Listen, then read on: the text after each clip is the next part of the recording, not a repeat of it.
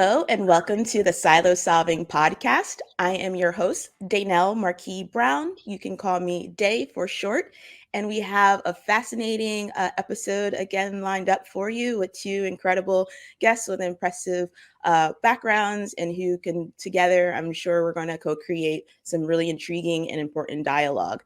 So I'm going to dive right in.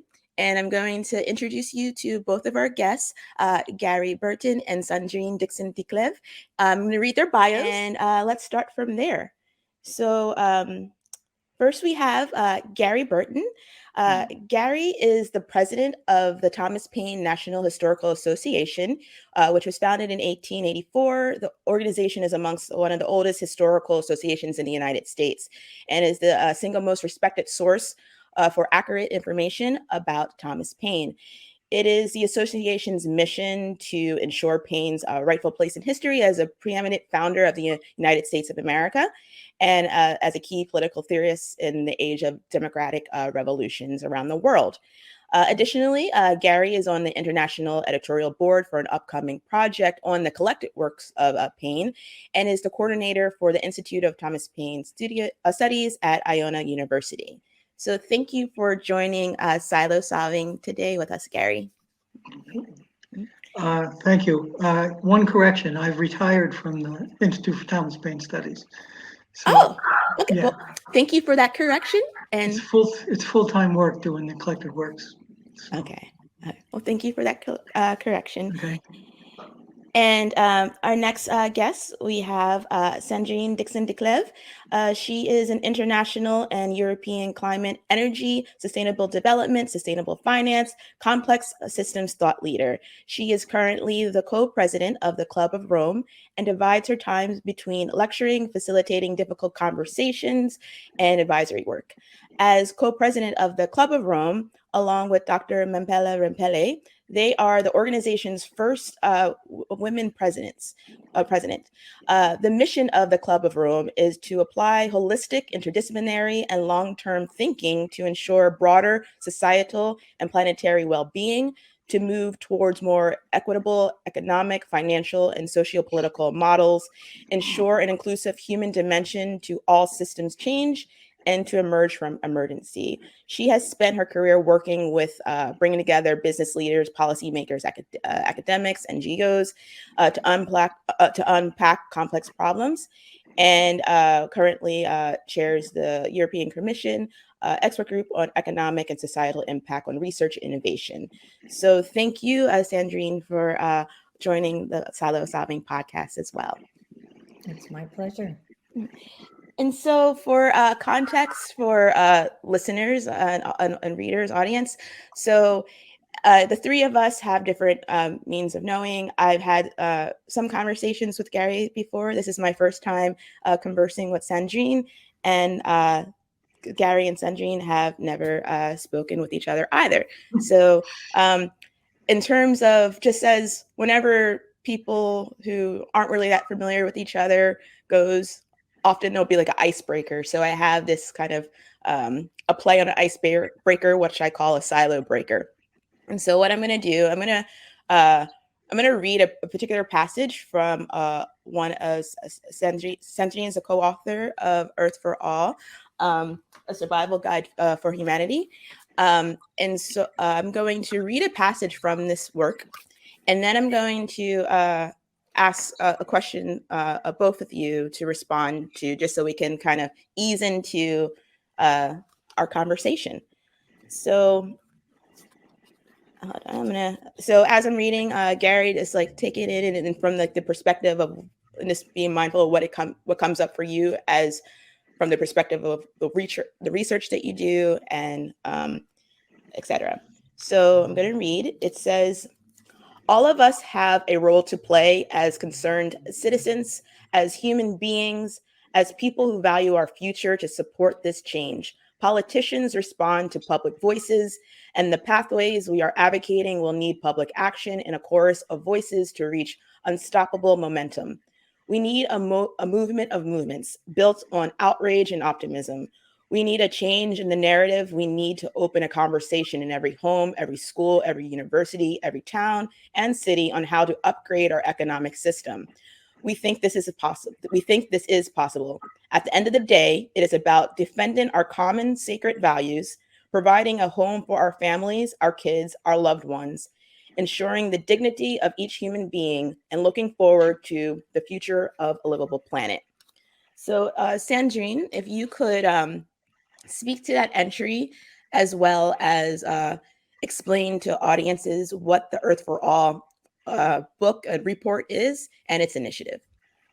Well, it'd be my pleasure. So, first of all, thank you for reading that, what I think is one of the most essential passages in Earth for All. I think the title clearly speaks to itself in the passage that you've just read, in terms of the way in which we believe that we have to thoroughly think through now where we are in terms of our current systems, and whether these systems, whether it be our financial system, our economic system, our societal and political systems, are truly servicing people, planet, and prosperity, and are ensuring, as we're facing a polycrisis, that we are going to be able to protect as many citizens of this planet as possible, and other species, from future pandemics, from future conflict, from future climate. And how do we build resilience in our systems to do so?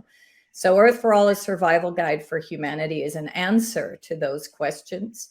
It is trying to lay out through two key scenarios, what we call the kind of business as usual scenario, and then our giant leap scenario, to demonstrate what type of potential solutions we need to put in place around 5 key turnarounds.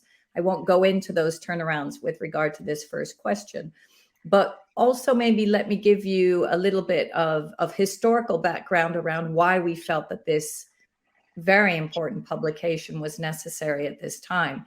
We released it during the 50th anniversary of the Limits to Growth.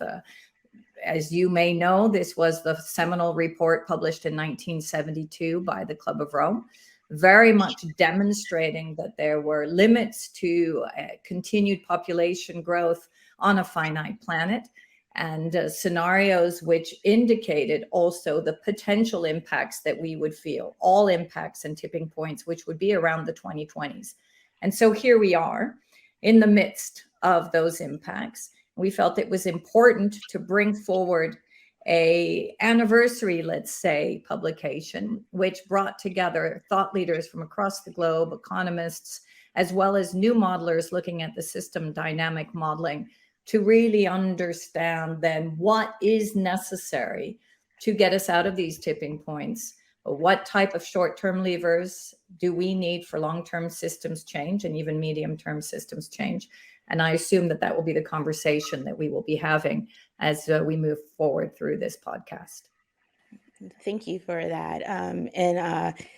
Pardon me, Gary, if hearing that passage and being a Thomas Paine historian and this historian of economics, democracy, etc., what came up for you hearing of the work that the Earth for All initiative is doing? Well, of course, the goals that were just laid out are good, they're crucial. What I kept thinking about as I heard that introduction was there are obstacles in front of us that are huge, that Paine faced similar obstacles in his age. And I'm not only a researcher and historian for the past 50 years on Paine, I'm also have been a political activist in many levels. And the issue of overwhelming wealth that Paine faced in his time with the monarchies is still in place. And I see that as the crucial problem. Paine's solution was to ensure democracy and based on equality. And we're so far away from that, it's still as scary as it was back in the days of the monarchs. The resurgence of autocracies, I think, is linked to the monopoly of wealth. and which causes some of the issues that we brought up, the poverty, the destruction of the planet for profit. These are issues that can only be solved by a mass movement, and that has its fallbacks. But I still believe what Paine believed, that without a mass participation in any major project, any major political project, is doomed to failure. So Paine did it by just his words. It's hard to find another Paine, but it's an awesome, necessary task to take up on many levels. And this is an expert who can tell us what's going on out there. So I will bring what I can to an historical context to this discussion. On that note, if you could speak to this for people who do not know who Thomas Paine was, and perhaps particularly through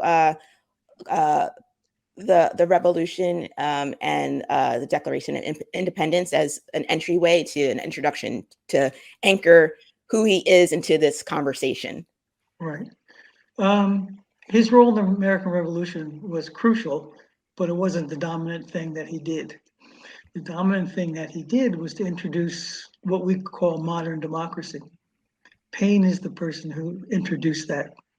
All power should go to the people. And he set up structures to implement that. And his hopes were dashed by the Constitutional Convention, which was a convention of all the oligarchs in America. And they set up structures that prohibit a mass democracy. So he kept working, kept writing, got involved in the French Revolution. And when he wrote Rights of Man, that became the textbook for what scholars call the age of democratic revolutions. That is the foundation of it. It's spread all over the world, South America, Russia, Asia. Rights of Man became the Bible of how to end autocracies. We're still in that era. And that makes change still as difficult as it was in his day. But it all started with the changes that did take place, minimal as they were, came from this idea that came out of Paine of equality is the basis of progress. Equality is the basis for just government. Without equality, nothing can proceed on a positive basis. So that is his message, and that's still a major issue in the world today. So historically, I wouldn't confine him to the American Revolution. In many ways, they rejected Paine's and Franklin's ideas about the American Revolution. But his words keep spreading. They suppressed him for 100 years more. He's having a new life these days. We got through the Congress law to put a statue up to Thomas Paine in Washington. Which will be a big event. People are going to start asking questions about the politics of Paine, which would be a positive move. But all I can say is I think we're still in the age where monopoly of wealth is the obstacle. It's the brick wall on the marathon we have to run that's standing in front of us. And that's where Paine can be of vital help. So one of the reasons, as I was reading Earth for All and have been reading more and more some of Thomas Paine's works and revisiting like the limits of growth, I was and as well just myself, I started 20 years ago trying to do my part in the sustainability movement. And it's this notion of time of like throughout history, you see people and movements happening, and it's like I'm just really curious and concerned about what those barriers are for progression. And one of the reasons why I wanted to have this conversation on this podcast called Silo Solving, which is about helping to create communication bridges for better collaboration to break down such barriers, is to kind of see what conversations can be created to help make this Earth for All initiative to add more momentum. And I came across this passage, or I didn't come across this passage through like the Thomas Paine Historical Association. That's how I learned about this work. And Sandrine, I want to read it for you. I'm going to tee it back just to see what comes up for you when I'm about to read something from the 18th century. I'll just leave it as that. So it says, so this is in regards, okay. So this entry is from a piece called Agrarian Justice, which was written in 1796. And it says, "It is a position not to be controverted that the earth, in its natural uncultivated state, was and ever would have continued to be the common property of the human race. In that state, every man, in collective encompass of men, every person would have been born to property. He would have been a joint life proprietor with rest in the property of the soil and in all its natural productions, vegetable and animals." And it goes on to talk about that there are limits to what the earth can provide. But just in terms of just thoughts of hearing that historical echo coming up now in 2023, what does that bring up for you? So let me reflect both on that and also the beautiful words that were pronounced by Gary, and bringing in the historical significance of so much. I do find that obviously history repeats itself. And unfortunately, the human mind and spirit does not learn in the way that it should to truly evolve and also shift its impact, whether it be relationships with the earth or whether it be relationships with other human beings. If we look at the disappointment of not having taken into consideration the depth of the signals around the need for true democracy coming from Paine's work, we could say the same even in terms of the depth of the messaging that we had from the Limits to Growth. I mean, I can read you a passage where we clearly indicated, and this was obviously the joint efforts of the researchers who put together this system dynamic model, indicating this supreme effort is a challenge for our generation. It cannot be passed on to the next. The effort must be resolutely undertaken without delay, and significant redirection must be achieved during this decade. This was pronounced in 1972. And here we are talking about the next generation, as if we didn't already know 50 years ago.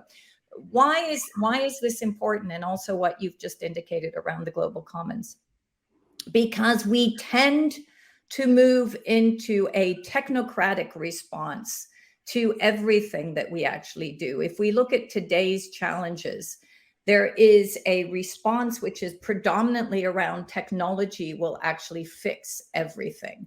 Or as was said by Gary, wealth will fix everything. When we know that it is the overwhelming wealth and the lack of distribution of wealth that actually will be our greatest demise. And we've known for many, many decades.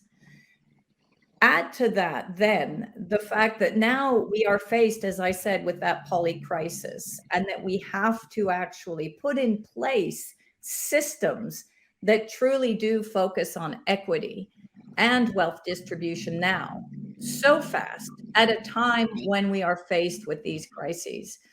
And that is where I think it's really important that this work from Earth for All is taken into consideration, because listening to what Gary says, it is trying to give a response to that overwhelming wealth issue.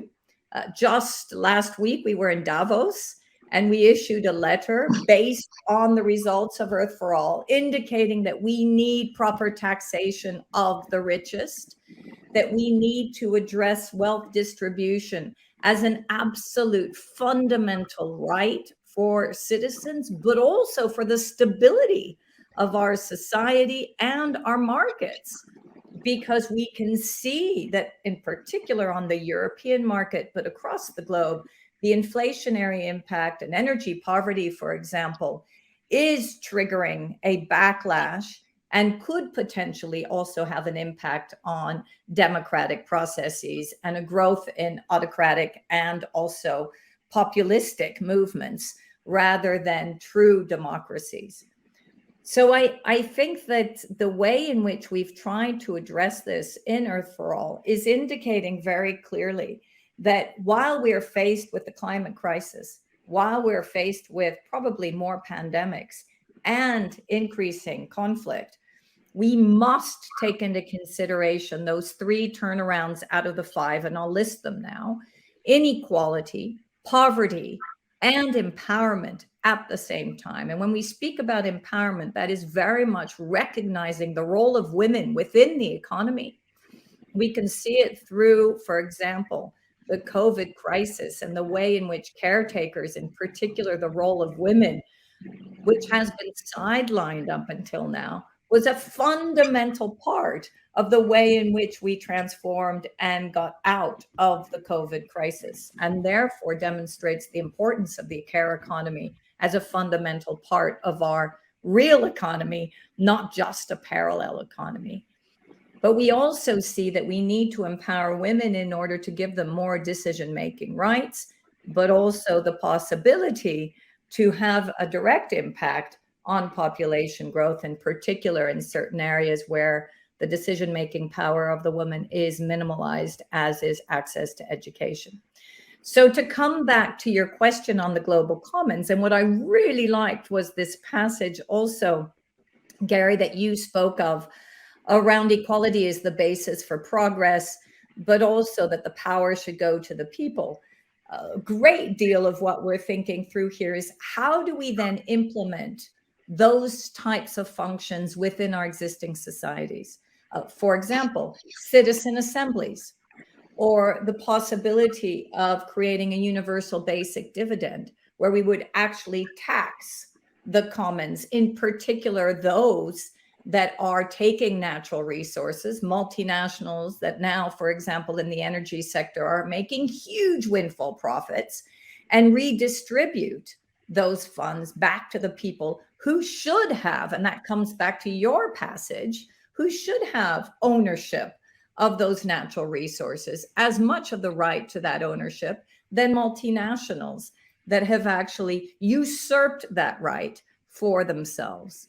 So I think that it is quite amazing. I must say, I'm enlightened through this conversation of the synergies with Paine's work and the way in which we are truly thinking through now where we are today and the need for a revolutionized democracy and a brand new basis for bringing equality back to the center of our economic and financial systems, and of course our political systems. And so, Gary, I just have to say, and I knew this is going to happen during this conversation because there's just so much to go off of here. But something that I found, again, fascinated as I was reading through things in parallel, just wondering, it's like from Thomas Paine's point of view, if he could say from all those hundreds of years later, people of 2023, wake up, learn from my mistakes, or not mistakes, but learn from the mistakes of that time. If there's insights, particularly, I guess, what I wanted to, something that I wanted to talk about, because Thomas Paine was a silo solver. He wasn't just trying to stay within a geographic boundary, and the fact that he was in Great Britain, in America, and in France, and working with so many different people. I guess, Gary, if based upon what Sandrine was just mentioning, and also too knowing that the Earth for All initiative works with so many people across the global sphere, do you think that there are kind of lessons learned from history that should be taken from out of the periphery so we could assess them more, just in case they become a history loop of repeating itself if we don't address it now. When the passage you read from Agrarian Justice, his solution was a death tax, which is looked down upon, but it's such common sense. The death tax, it wouldn't hurt the living, and he claimed that the children of these wealthy people, when they die, they have no right to that in itself. They can easily give up a portion of it back to society, which enabled them to receive any wealth at all. So the concept of a death tax starts with Paine.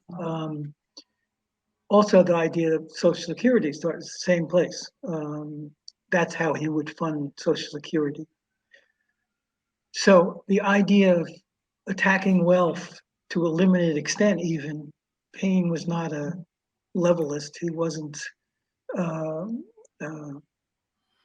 He wanted people to be industrious and invent and go out and, like he did, create wealth by creating things. And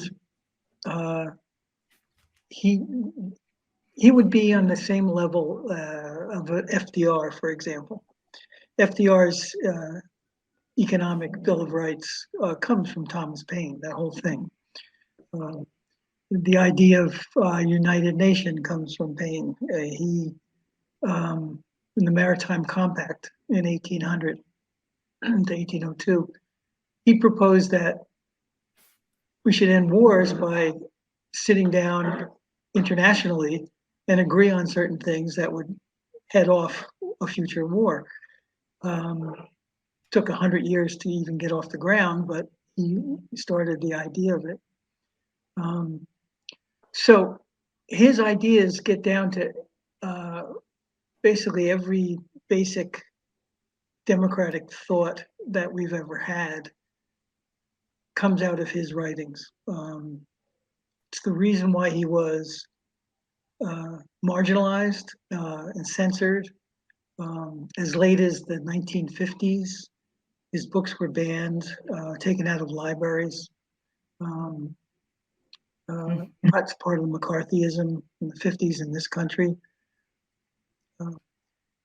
He was written out of history because everything he's saying was a threat to this wealth and to a monopoly of government that is not democratic. So I know that the Thomas Paine canon is shifting as the project on eclectic works is taking place. One of the ways, entry paths that basically the historical rabbit hole that I was going down, part of it was I was looking at trying to see where there was like individual change amongst like the forefathers of America. And like, for instance, I was curious. I'm like, what made Ben Franklin go from a slave owner to speaking out against slavery towards his life? And I was just trying to see if there was like where was evidence of growth at the individual level in America, particularly. And that eventually I stumbled into like Thomas Paine, because again, like up until, so this was like 2021 that I did not know, I had not really heard of him. And I bring up that was like a social aspect that I was looking in, just because I'm a Black American in America, and I was just wanting to, and I have many questions, but in terms of the social aspect of like diversity and the social aspects of gender and race, something that I had a question, this is more so for Sandrine, is like in terms of like when it comes to economics and when it comes to, for instance, like the SDGs, and so you have the 17 SDGs, but then you have like the 5 key turnaround points. The aspects of like the social topics that people, it's always there, but it's not like named about how, with the exception of gender, but it's like what, like race and culture and religion. It's like, I guess what my question is, it's like in this time, how can economic narratives better incorporate like the social social scholars and bridge makers to be able to speak to people at various cultural dynamics, so that way the social behavioral change that's needed to implement and like create this economic change can be better just cultivated. So this is a question to me, or would you yeah. like Gary? Yeah. Any like if whoever's moved to be like, yeah, whatever Day just said, I can speak something to that. Well, I mean, I have several reflections being a French Belgian Californian. When I compare the difference between what's happening in California and in San Francisco right now, it's really quite phenomenal to see the continuous outrage from so many communities around, for example, the way in which the Blacks are treated and the Black Lives Matter movement, the way in which we're trying to instill diversity across the United States. I mean, these movements are much more pronounced probably in the US than they are actually in Europe. But the fundamentals of economic systems shifts, which truly reflect the needs of the entire population in the US, is not unpacked. And yet that inequality is fully embedded in the economic and financial system in the United States. The fact that there is absolutely no welfare net, going back to San Francisco, a city which is supposedly the wealthiest and has the most amount of wealthy Americans making money on the back of the largest growth in homelessness, in drug addiction that we've ever seen in the state. That disconnect for me is just unbelievable.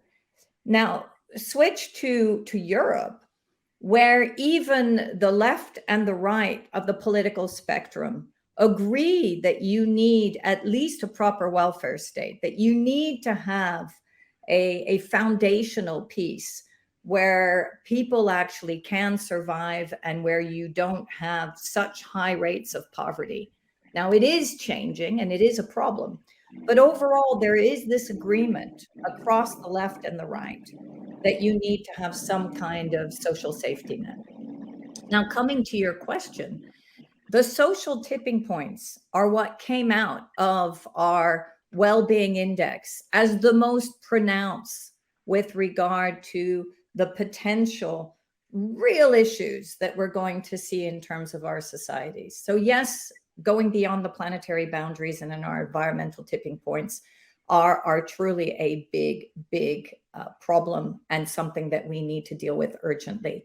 But the social tipping points are actually even more important, because the difference between the rich in the north and the poorest communities and most vulnerable communities to the impacts of the planetary boundaries rebound effects are in the south. So that inequality is huge and it's growing.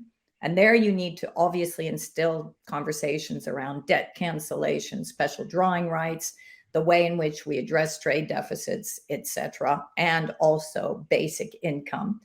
But then the inequality within our wealthiest, highest income countries is also growing.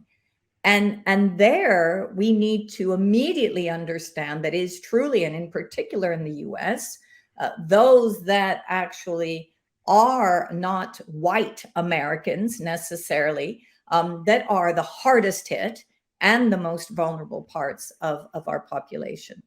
So I guess my key question back in terms of also where we are in the US is we need a complete rethink. And how is that going to happen when, exactly as Gary has said, the wealthiest are getting wealthier?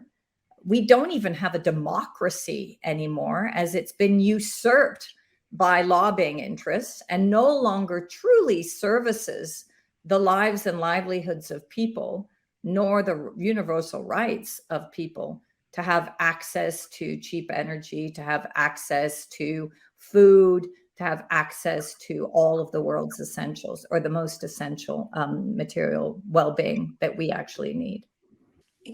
Gary, like, so another thing that fascinates me about Thomas Paine, and another thing that drew me in. So I have different careers, if you will, but like I've done a lot of work, I do a lot of work in like communication design, and like and have worked in the realms of like advertising, etc. And just from a history of communications and movements, I was just fascinated by the reach of like common sense, but also too just like fascinated by like the reach of like the limits of growth, and it's the power of words, and just being delivered and accessible, how much that can make a change. And so and this is I'm talking this out because that's part of this podcast, like not to get every answers, but just to like start these conversations and reflect upon them in this age of in the digital world where there's just so much information. The how does like so maybe this is a question going back to Sandrine, but Gary, if you have like input of building like these collectives, for instance, with the Earth for All initiative, you have such like a broad spectrum from all over the globe of people who have it's a great knowledge sphere, and creating these materials, letting the data be open so that way people can do their own models with the elevated models. And I just thought that was a similar aspect with common sense. This when Thomas Paine was just like, hey, just going to give it to everyone, like no charge. And so I guess like this is like a general question for you both to chime into, of how to engage with citizens to be aware of these problems and these challenges, but then also to the potential solutions, because it is easy to be overwhelmed with there's just so much. But one of the great things about Earth for All, and acknowledging like the SDGs, you guys break it down to like 5 focus areas to make more actionable steps. So that's an open-ended question for you to interpret however may resonate. But if you could pivot from what I just said. In the early 18th and through the late 18th century, the newspaper, the printing presses, and the mass distribution of the printed word is pretty much equivocal to the social media explosion and the technology today. That enabled Paine to reach a lot of people, and that's when the world started changing rapidly in terms of movement towards some kind of democratic safeguards. So that's going on now in a mass confusion, and that's why the autocrats target misinformation. That's how Putin survives and advances and disrupts enemies. It's just a massive dis and misinformation campaigns. We have to start emphasizing reality, fact-based, evidence-based information as the key to making a step forward. Because overnight, you can take a good idea and have it subverted around the globe with a few messages, whatever vehicle you use. And it creates a sense of malaise, like there's just too much. In the 18th century, they never said, well, it's too much reading in this newspaper, I'm not going to listen. And they had more negative press against ideas of Paine than there was positive. But he still triumphed. You know, the kernel of what is the truth will eventually win out, but it takes generations. It doesn't take years. We don't have generations. Again, I go back to the fundamental issue, and that is, unless you have a mass movement, nothing's going to move, because wealth and the power that they wield feel safe as long as there's not a mass movement, which is why all their energies is spent on suppressing that, which you could see clearly today in Iran, for example, but it happens in America as well. You can't have a sustainable mass movement with what we're facing now unless we start finding a way to reach people on a level of communication. And that's not being done. We're being drowned out. Like, don't change the existing system is the motto of the accepted progressive left in America. And that's not it. I don't know what it is, but it's not changing the world. To maintain the status quo is the fight against growing fascism, but it's not going to address any of these issues that we are talking about, that you are talking about mostly. I'm just adding sideline. So to me, that's in order to form a mass movement, to order to address the problems that you're talking about, you need vehicles to do that. It's got to be a mass movement. And to start that, I would look to Paine again. The truth will bear out, was his motto. If opinions are free, truth will bear out, but he didn't give it a time frame. And what's different now from his time is that we don't have the time that he had to spread this out. He had a couple centuries.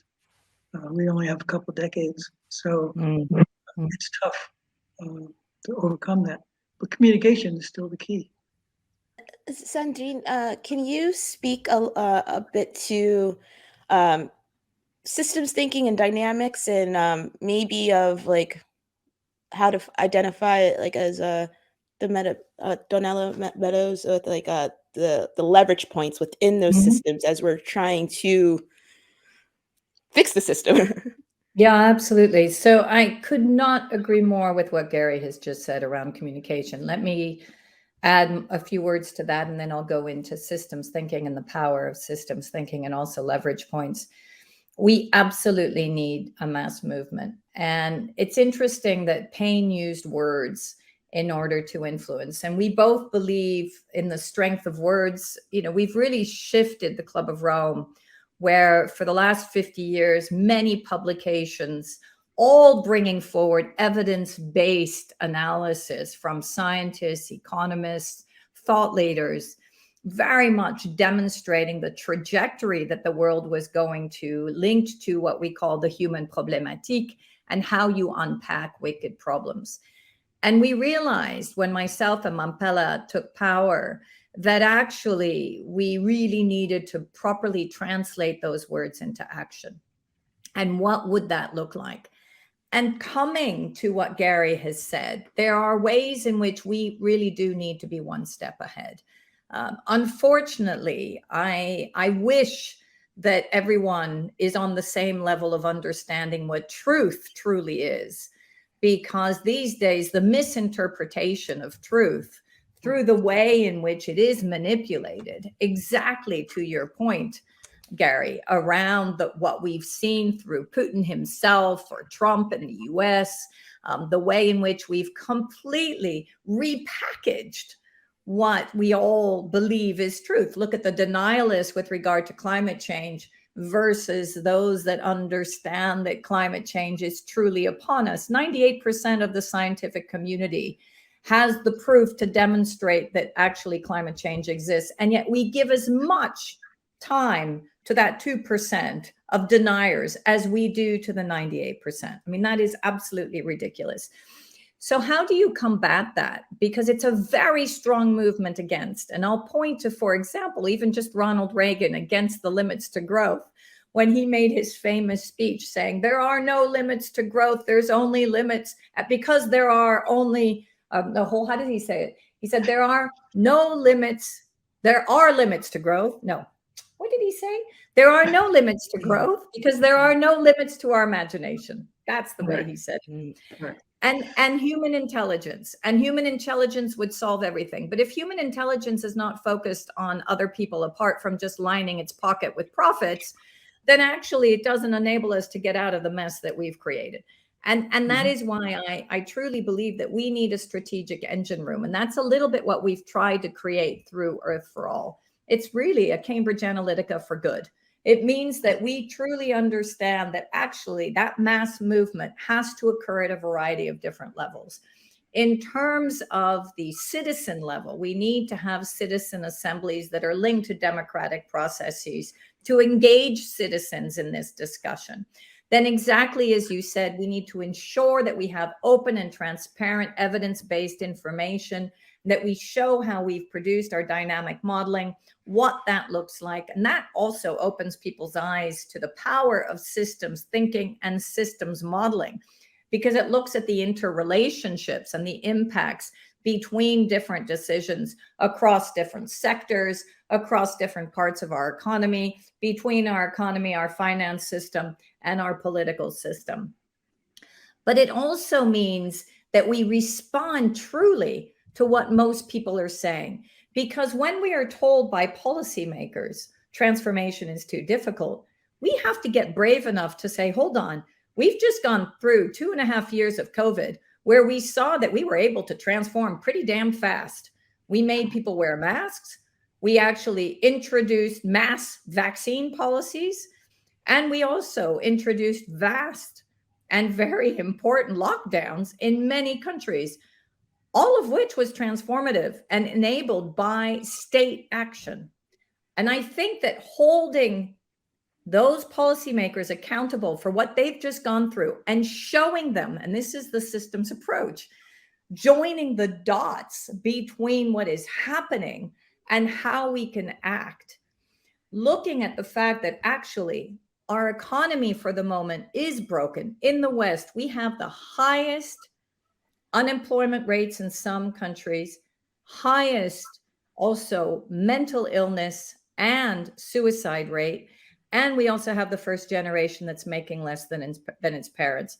Don't tell me that actually GDP growth and the neoliberal model that we indicate is supposed to be the only model is actually servicing more people across the globe and even within the West. We took a survey and we saw that G20 citizens, 75% of those citizens answered that they would like to move towards a well-being economy. 75%. We need to use that data to then again show policymakers who don't have the courage to change that this is what citizens are asking for. And that also means that we need to work directly with policymakers to give them their solutions. And that's why those 5 turnarounds are so fundamental, because we are unpacking within the poverty, inequality, empowerment, and food and energy turnaround. Those are the key 5. What are the key solutions to get us through the giant leap? How will we actually get to well-being? So that this is not a doomsday scenario, but this is a journey of exciting new way of moving forward and ensuring that we can truly create an Earth for all. Thank you both. If you could, speaking back to like action steps and policy change being a big driver. So it was like when you're reaching out with committees to change your policy, it is providing the case, the president's where the humanities come back into sector where you have social sciences, you have history into making that case, but then you also have like the action steps that need to be set forth. So what are ways from both of your separate organizations, things that are already existing now, things that may be happening in the future, of resources and projects that you're working on that can basically be either a knowledge hub or call to action center for citizens and being clear, because this podcast is for business and industry as well, or like primarily to like what can we do as a collective to make a Earth for all and equality for all and justice for all. Well, I think one is to make it very clear that this will not cost the earth, but actually not doing anything will. So the giant leap scenario clearly indicates, and we've unpacked the costs, it's about 2 to 4% of global income per annum. And that comes to about US dollars, 2 to 4 trillion. Okay. Now, this is absolutely feasible if we get rid of perversities in the market, we shift. So if you look at the subsidies that we, for example, we give fossil energy or industrial agriculture, or if you look at some of the incredible perversities in the way in which we actually don't enable wealth distribution, for example, not putting in place the right taxation structures to tax windfall profits, to tax the wealthy, to make sure that actually they pay their fair due into society, and also to look at global commons tax. So this is the way in which we actually show to policymakers that this is feasible, but also it's the way in which we show to citizens that this is not about dramatically going back to the Ice Age or the Iron Age. It is actually about coming back to what is most essential. It's about ensuring that we do embrace a well-being. It's also about showing the costs of inaction, and that we unpack as well. And we're doing more work actually on those costs of inaction. We're also doing more work on demonstrating what are the necessary leverage points that we need within industry, also within city structures and at the national level. And what does that look like in practice from a timing perspective, so that we understand that over this next decade and the following decade, what it is exactly that we need to do to turn around the current situation. I mean, let us not forget that we are already beyond 6 of the planetary boundary alert cycles that have been put forward by Johan Rockström at the Potsdam Institute. Johan is one of our commissioners and also one of our partners through the Potsdam Institute in this project. So the well-being aspect is very much coupled, so that equity, poverty is coupled also with what we need to do with regard to the planetary boundaries. And that is what we're really working on with policymakers, to make them understand these are the costs of inaction. These are the actual costs of action. The costs of action are less than the costs of inaction.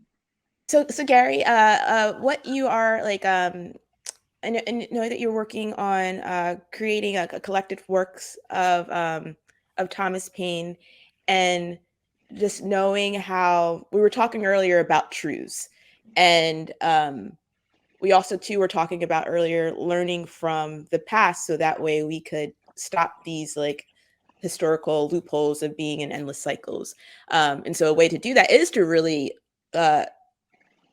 reflect and understand like the truths in history to create a different blueprint.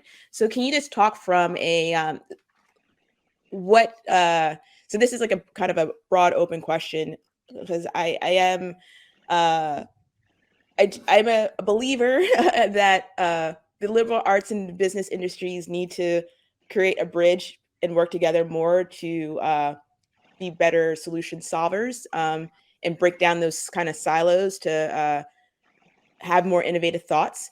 So broadly speaking, if you can just talk about how the process of seeking truth through text and the means by which you go to do that, whether it be through technology, working with international channels and cross-referencing, how does your collaborative work as a researcher, like what are some like skills that anyone can take away from, regardless if they're a historian of just Thomas Paine?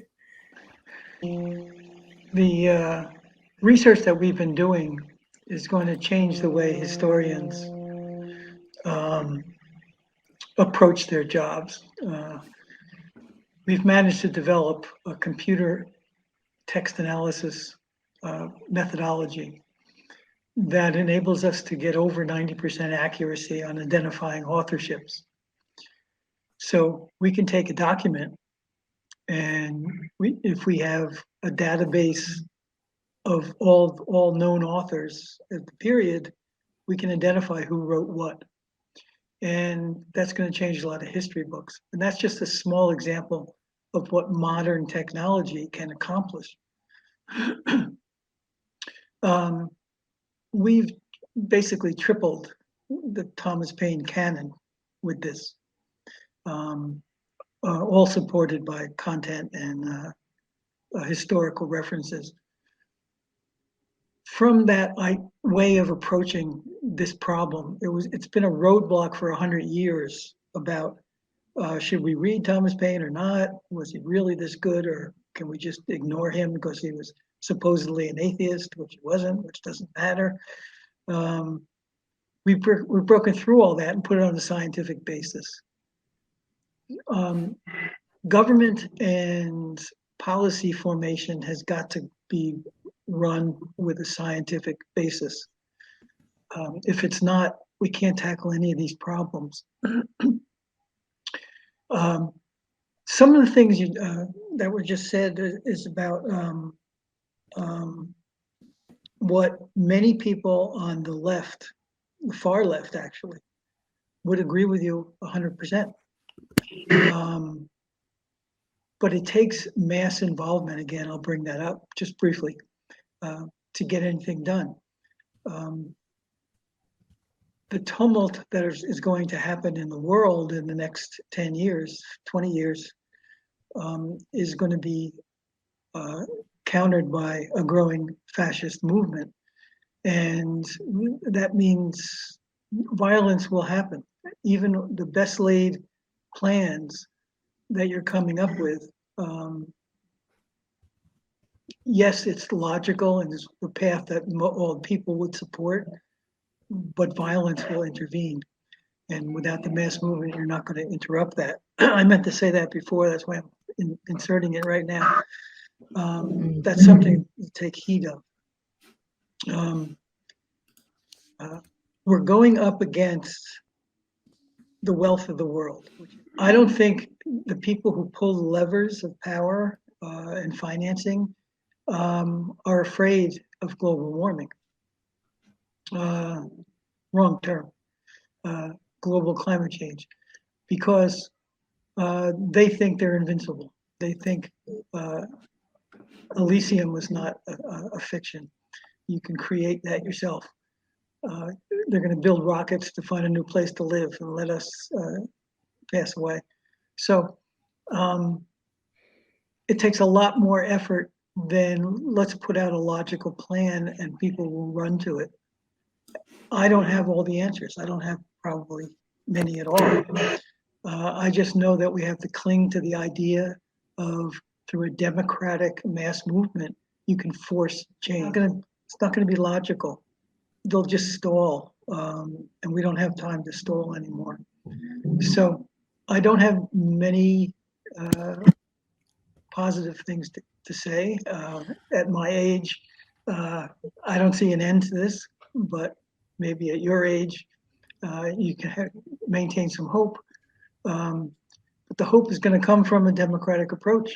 It has to be absolute equality in the world, which means rights to economic existence, a right to freedom of our own bodies, a right to all the basics that are being challenged now. And it's not being challenged in a vacuum. It's being challenged as an element to have people fight each other. That's the program in America. And it's going to take a global stance. When we have to move a couple of billion people away from the oceans, how that's going to be done is going to be, the few hundred people are thinking, well, fascism is the best way to do that. We'll just tell them what to do. If it's not on a democratic basis, it's going to be explosive, to say the least.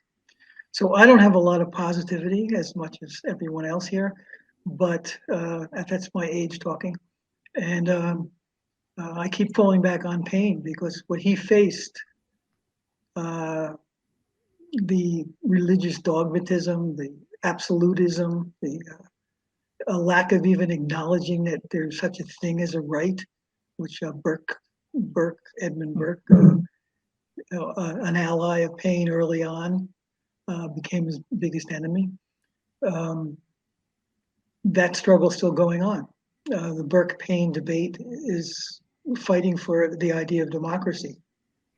And all these elements are combined. You have to, science is going to help, just like it did in Paine's age, communications. And there is a way out, but it's all based on politics and a democratic mechanism, not a absolutist mechanism.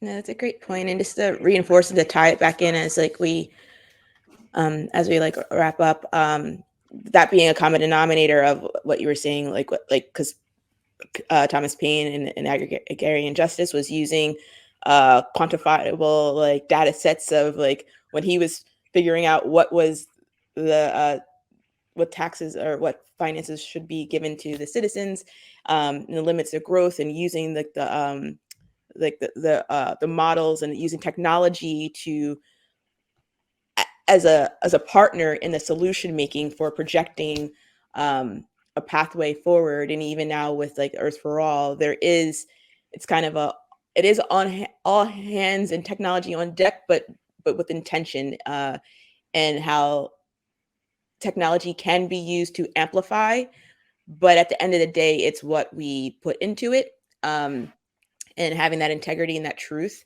And sometimes truths aren't rainbows and butterflies, and so we need to hear some harshness, because that's been part of the perpetuation of just thinking, oh, it's going to fix itself. And it's when you do look back at the evidence and like the statistics, and you see those patterns, that's just that is the element of truth. So before I do my official sign off for like recording, is there, after having this conversation with each other, and myself, and hearing more from different perspectives, Sandrine and Gary, do you have any particular questions for each other?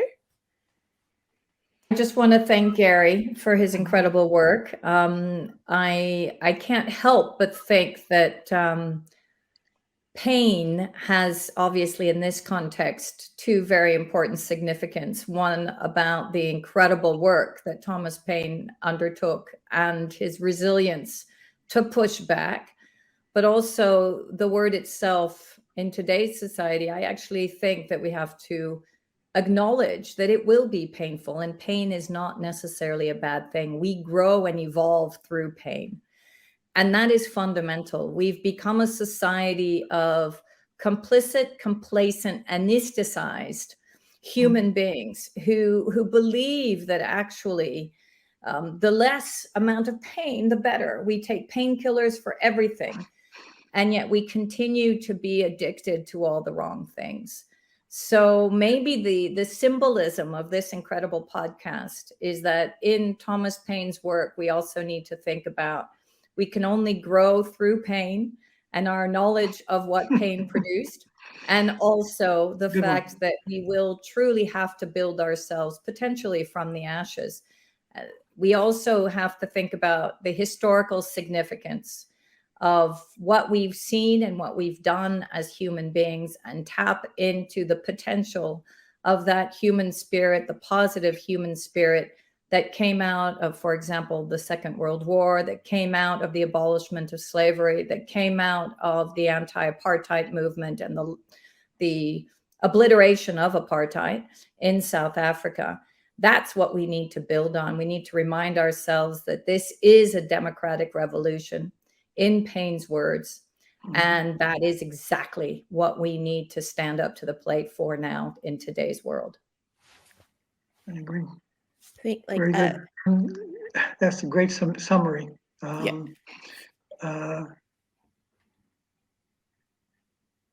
The impact that Paine can still have on politics today is starting to emerge slowly. People like Jamie Raskin in Washington he spearheaded this fight for a statue in Washington, looks like it's going to happen.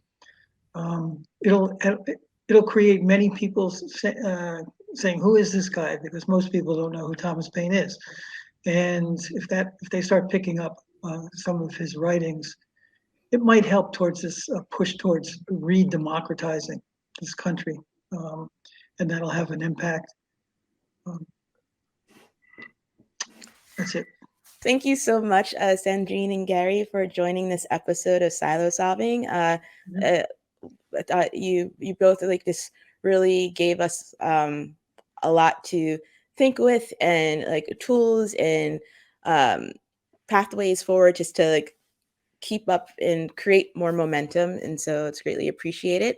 For audiences, I will give a link to the Earth for All and some for resources for Thomas Paine's works, and continue the conversation, and let's do what we can. Thank you very much. Okay, thank you.